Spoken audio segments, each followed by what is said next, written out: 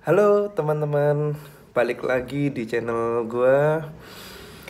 Nah teman-teman, sebelum saya lanjutkan video ini, gue minta tolong banget like dan subscribe-nya teman-teman, supaya saya lebih semangat lagi membangun channel ini dan memberikan video-video yang lebih bermanfaat dan berkualitas teman-teman ya.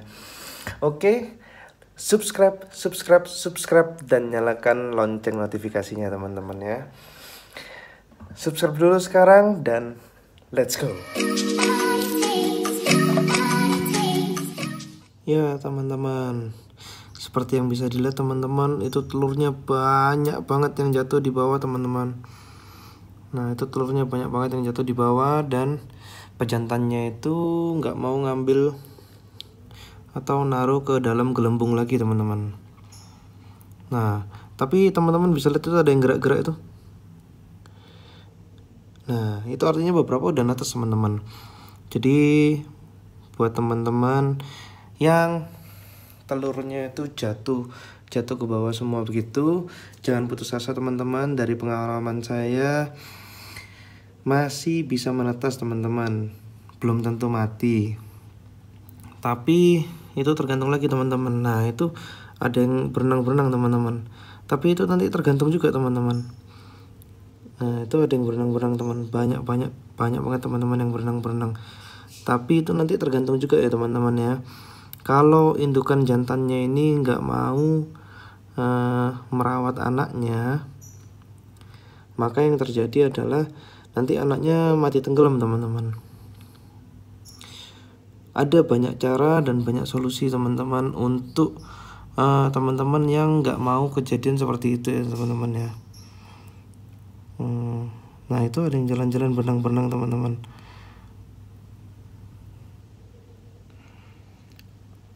Nah solusinya salah satunya itu adalah diambil pakai sedotan teman-teman, telurnya teman-teman.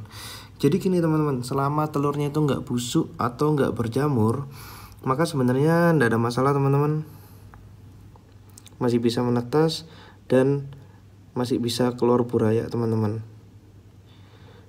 Nah itu burayanya berenang-berenang teman-teman ya.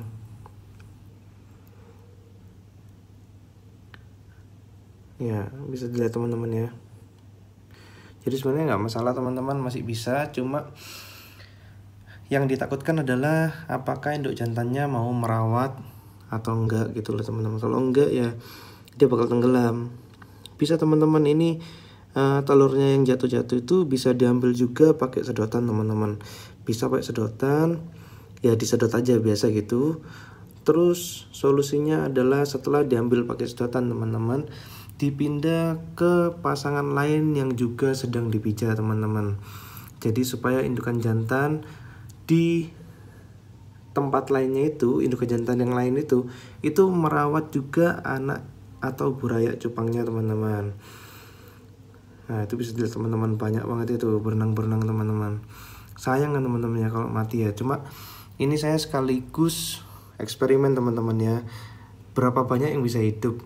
Kalau teman-teman penasaran, bisa dilihat di video saya sebelumnya teman-teman, telurnya itu banyak banget sebetulnya teman-teman.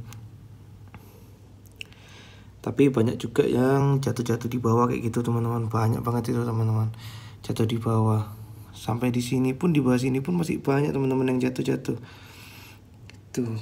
Jadinya ya nanti teman-teman bisa lihat di video saya berapa banyak telurnya, dan nanti kita eksperimen juga teman-teman ya. Kalau dibiarkan seperti ini, induk jantannya kalau kita lihat mereka induk jantannya masih mau ngambil anak-anaknya yang tenggelam teman-teman ya, buat diangkat naik ke atas kayak gitu. Tuh diambilin teman-teman.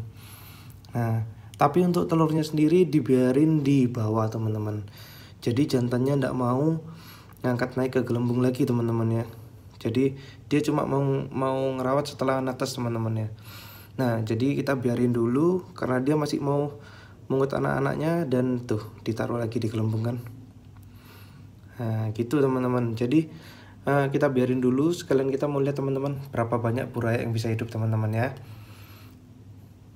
Nanti kita kembali lagi ke video berikutnya setelah 3 hari teman-teman ya. Nah untuk teman-teman yang nggak tahu atau yang belum tahu, kenapa sih telurnya itu nggak dipungutin, nggak ditaruh di gelembung lagi oleh si pejantan. Jadi sebenarnya ada banyak faktor teman-teman. Ya beberapa diantaranya adalah stres teman-teman. Jadi stres itu ada banyak penyebabnya teman-teman. Salah satunya adalah bisa juga karena terlalu sering diintip teman-teman. Seperti kesalahan saya ini tadi. Jadi ceritanya gini teman-teman. Sebetulnya sebelum saya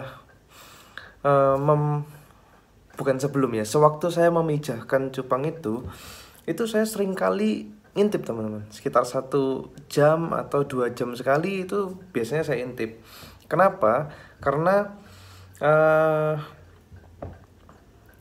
ya penasaran aja teman-teman gitu. Jadi kita ingin tahu bagaimana kalau misalkan kan waktu itu betinanya itu sama jantannya nggak seberapa akur teman-teman ya.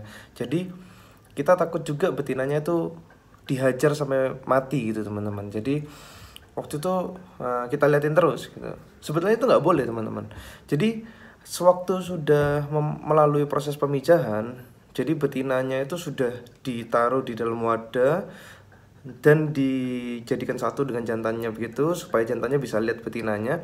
Itu sebenarnya 24 jam itu sudah cukup teman-teman. Andai betinanya dihajar, itu sebenarnya nggak akan sampai mati teman-teman.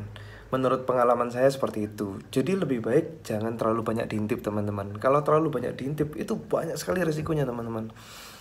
Resikonya ya sebenarnya resiko ini nggak terlalu fatal teman-teman. Yang lebih fatal lagi adalah saat si jantannya stres dan memakan telurnya teman-teman. Itu bisa sakit nanas teman-teman. Sakit nanas itu 99% kemungkinan jantannya pasti mati. Nah, stres yang lainnya adalah terlalu banyak kena lampu senter teman-teman, flashlight. Itu kemungkinan stres yang kedua. Kemungkinan stres yang ketiga adalah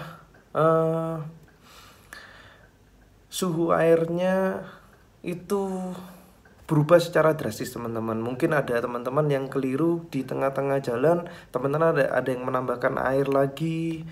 Atau bisa juga stresnya itu karena terlalu banyak goncangan teman-teman, terlalu banyak dipindah kanan kiri yang mengakibatkan pejantannya juga stres. Nah, penyebab lainnya telurnya itu tidak ditaruh di gelembung adalah gelembungnya pecah teman-teman. Itu kurang media untuk si jantan menaruh gelembungnya teman-teman. Nah, gelembung yang tidak ditaruh di dalam medianya itu mudah pecah teman-teman. Sehingga saat pecah telurnya itu kan jatuh. Dan mungkin jantannya akan mengutin kembali teman-teman dan naruh di gelembung yang baru. Tapi ya menurut pengalaman saya nggak selalu seperti itu teman-teman. Mungkin capek ya, jantannya capek lah buat mengutin terus ya teman-teman. Bisa juga karena umur pejantan atau betinanya yang kurang matang teman-teman. Nah, untuk pejantan yang kurang matang sebetulnya itu agak berbahaya juga teman-teman gitu. Jadi disarankan untuk pejantan minimal ya 5 bulan lah teman-teman baru bisa dipijahkan atau dikawinkan teman-teman. Nah, untuk telur yang sudah jatuh, sekali lagi tidak ada masalah teman-teman, masih bisa menetas selama telurnya tidak busuk ataupun tidak berjamur teman-teman. Jadi masih bisa menetas, itu tergantung dari pejantannya, apakah pejantannya mau merawat anaknya atau enggak. Kalau enggak dirawat teman-teman, jadi telur yang udah menetas itu bisa mati di dasar teman-teman. Kenapa? Karena buraya yang baru menetas itu teman-teman itu masih belum bisa berenang.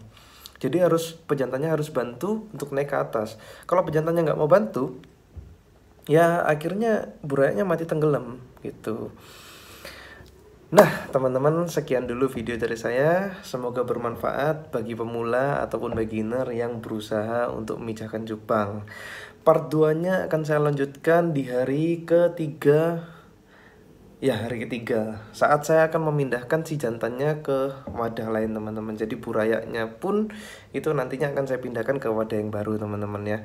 Nanti kita lanjut di part kedua, jangan sampai ketinggalan. Dan sekali lagi, supaya tidak ketinggalan teman-teman, jangan lupa subscribe dan bunyikan lonceng notifikasi. Oke teman-teman, supaya kita semua bisa lihat berapa banyak buraya yang hidup dan berapa banyak buraya yang sehat, selamat, dan bisa besar teman-teman. Oke, bye-bye. Terima kasih yang udah nonton.